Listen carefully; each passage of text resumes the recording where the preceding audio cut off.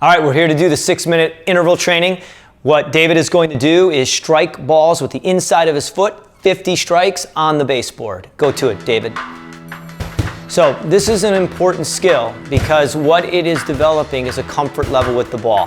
The Victory ball allows you to do this indoors and full force without marking walls, without doing any damage. And you can see how many touches David is getting and how quickly. Our goal is to get 1,000 touches a day, and it's very easy to achieve with our interval training ideas. So this training idea here is just developing that comfort level with the ball. I like how David is finding a way to keep the ball moving. Not every touch is going to be a perfect touch, and that's an important thing to learn as well. But here, David is keeping the ball moving, alternating feet, the bilateral touches, very important part of it. If you are only able to play with one foot, you're going to be missing half your chances. Now, after he gets his 50 touches, nice job, David, you just got those 50. Now we're going to go with the laces. So he was going with the inside of the foot, now we're going with the laces. Much more difficult, but let's see how you do, David.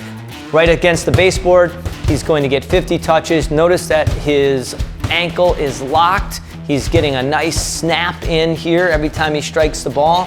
Notice too how he's constantly adjusting and shaping up his body to make sure that he's comfortable when ready to swing through and strike the ball. This kind of training in your home will allow you to get touches that you would otherwise not get. I mean, here David could be doing this while watching TV. He could be doing this while waiting for dinner to be served. It gives kids an opportunity to get touches in when typically they wouldn't be getting those touches. And that's really the great thing about the Victory ball.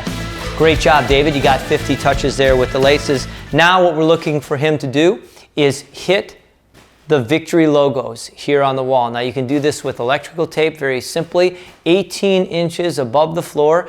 And we're going to see how many times David, with first the inside of his foot, he can hit that line, and then how many times he can do it with the laces. So first, David, with the inside of the foot, hit the line. Right away, first touch, he nailed it. Now the object here is not to always hit the line. The object here is to have a target and to work at trying to consistently hit the target with different surfaces of the feet.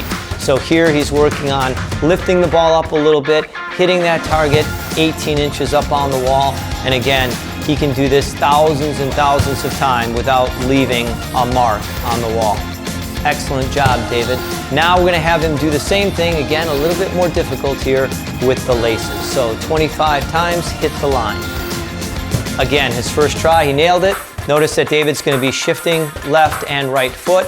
It's so important to do that. Kids tend to want to use only their stronger foot, but the Victory ball gives kids a lot of success with their weaker foot. Because of the nature of the crunch core construction, they get a nice sound even when they're striking it with their weaker foot, and that gives them the added confidence they need to continue to train that weaker foot. Great job, David. Now what we're going to do is have you try to volley this ball off the wall and catch it. So I'm going to demonstrate for you, David. All we're looking for is a ball that comes off the wall like that, catch it, and then with the other foot. Can you do that for us? So here, what David is going to do again is getting a lot of comfort with the ball. In the final third of the field, being able to volley a ball is of tremendous importance. And so getting comfort doing this, again, think about it.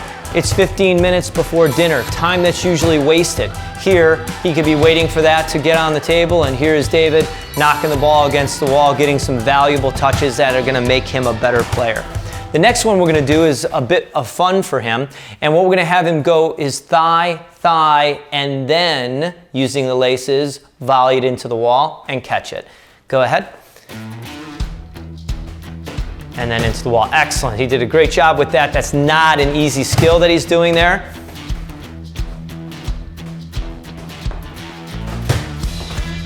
Excellent work. And we'll have him do one more. Good. And then the last thing we're going to do in this 6-minute interval training is have him move across his field here. So he's going to start over here, and we're going to have him strike the ball with the inside of the foot. Then he's going to touch it to the right, hit it again, touch it to the right, hit it again. That's working his right foot. And then he's going to work his way back with his left foot. Go. Good. Knocks it across. Good. Knocks it across. Excellent. And now he's going to work his way back. Good. Nicely done. And go one more time. Cross. Excellent. Really well done. And now he'll go with his left on that same side, and then he'll move across with the left. So you see how he's using his right and his left, and he's also showing the ability to move the ball and move laterally while he's performing a skill bilaterally. Great job, David. And then for the last bit of the 6-minute interval, we want him to do bilateral juggling, and we'll see how many he can get before our 6 minutes are up. So go ahead and pick that ball up and go ahead into the bilateral juggling. And here, again, it's all about comfort level with the ball. Here, what we're trying to do is make sure that David can really feel like he can have a lot of success controlling this ball and doing exactly what he wants with it. And he's doing a great job here. Notice the ball isn't spinning very much. That's really what we're after. That shows that he can keep this under control. Brilliant work, David, and that's the end of the 6-minute interval.